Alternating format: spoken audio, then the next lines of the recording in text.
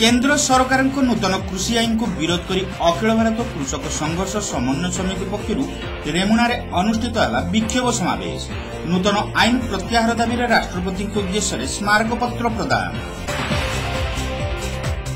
केन्द्र सरकार नूतन कृषि आईन को विरोध कर दिल्ली में दीर्घ 48 दिन धरी आंदोलन जारी रही बेले यह समर्थन जनाई अखिल भारत कृषक संघर्ष समन्वय समिति पक्षर रेमुणा ब्लॉक सम्मुखें एक विक्षोभ समावेश अनुष्ठित हो एनी रेमुणा बजार हात्यागंड छक निकटर शताधिक विक्षोभकारी ट्राक्टर शोभायात्रा बाहरी रेमुणा ब्लॉक कार्यालय सम्मुखें पहुंची।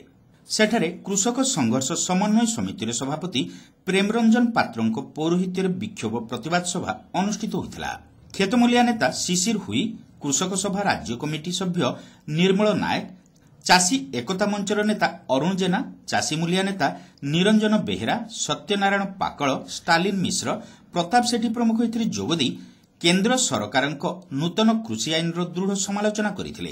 कृषक सर्वनाश पर जो 3टी बिल आसी से बिल को प्रत्याहार करने सहित नूतन विद्युत आईन को प्रत्याहार करने दाबी कर दाबी हो जो चाषी मान एक कला आईन जहाँ आज व्यवस्था रखाई चाषी पाखे जमी रहा एकर ये सब आमदानी आदानी दलाली कर मोदी सरकार ये जो कंट्राक्ट फार्मिंग लोक जमी रहा ये सब बड़ कथा से कहते लाभ देवे चाषी को कि प्रकार लाभ देवे नरेंद्र मोदी एक पार्लियामेंट आलोचना करने दरकार।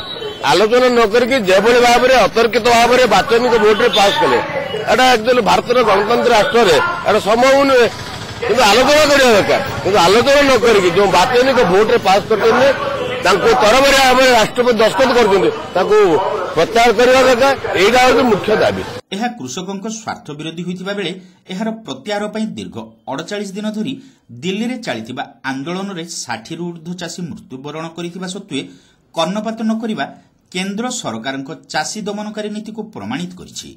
चाषी एकता को भांगिबा पई एकाधिक थर आलोचना होइतिले मध्य सरकार आदानी बा अंबानी भली कंपनी मानक स्वार्थ रक्षा पई चाषी को अणदेखा करि चलिछन्ति बोली वक्ता माने आरोप उठाइथिले। तुरंत चाषी विरोधी कला कृषि आईन प्रत्याहार सह चाषी मानक ऋण छाड़, धान क्विंटाल पिछा 1000 टंका बोनस प्रदान, विद्युत ग्राहकों को सठिक सेवा प्रदान प्रभृति से दाबी करथिले।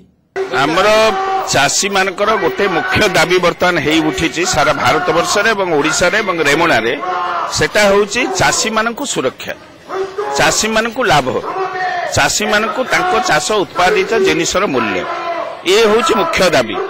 एवं यही दाबी उपरे आंदोलन दीर्घ दिन धरिकी आज की 75 वर्ष धरिकी 72 73 वर्ष धरिकी चाषी माने आंदोलन करछन्ति। किंतु एथर जो आंदोलन ये आंदोलनटा भारत वर्ष रे गोटे इतिहास तैयारी करछि जे दीर्घ दिन धरिकी प्राय 45 दिन हेलानी दिल्ली रो राजपथ को जोग करुथुवा 4टी दिगरु गोटे गुजरात राजस्थान बॉर्डर रु, गोटे उत्तर प्रदेश बॉर्डर रु, आ गोटे होउची पंजाब हरियाणा बॉर्डर रु, एभली 4टी दिगरु जो रास्ता अच्छी राजरास्ता ता ऊपर हजार हजार चाषी टेंट पकईकी ए ठंडारे पड़ी रहिबा एवं कृषि आईन को प्रत्याहार करबा दाबी करछन। ए कृषि आईन को काहेकि प्रत्याहार करा होछि? प्रथम कथाटा होछि कृषि आईन रे 3टी आईन करा जायछि। प्रथम होछि 1955 रे जो अत्यावश्यक नित्य आवश्यक जिनिस थिला जोगुडा को आमे खायो किनुचु बाजार रु प्रतिदिन ता ऊपर गोटे कटकणा थिला। कटकणा माने सरकारी नियंत्रण रे थिला। कोनोसी व्यवसायी ताकू मौजूद रखि पारिबो नाही किंतु सरकार ताकू उठेई देले। फल रे कोन हैला बर्तमान डाली, तेल, पियाज, आलू, अटा ए सब दाम सांघातिक भाव में बढ़ी चली नहीं। भारत वर्ष रे चाषी रेमुणार चाषी जाइए दिल्ली रे बिक्री करिवो भल कथा, खराब कौन अच्छी? आगुरी तो बिक्री होता तापाई किछि कटकणा नथिला किंतु आज हठात आईन आवश्यक कौन पाई? एही अवसर रे अखिल भारत कृषक संघर्ष समन्वय समिति पक्षरु राष्ट्रपति उद्देश्य दाबी संबलित एक स्मारक पत्र रेमुणा बीडीओ को प्रदान करा जायतिला। विकास दास, विधान राय, प्रसन्न षडंगी, तापसी प्रहराज, जतिन पात्र, बैकुंठ साहू, सुदर्शन बेहेरा, अक्षय रणा, प्रताप बारिक, सिकंदर खां प्रमुख यह विक्षोभ समावेश जोगदे वक्तव्य प्रदान करथिले।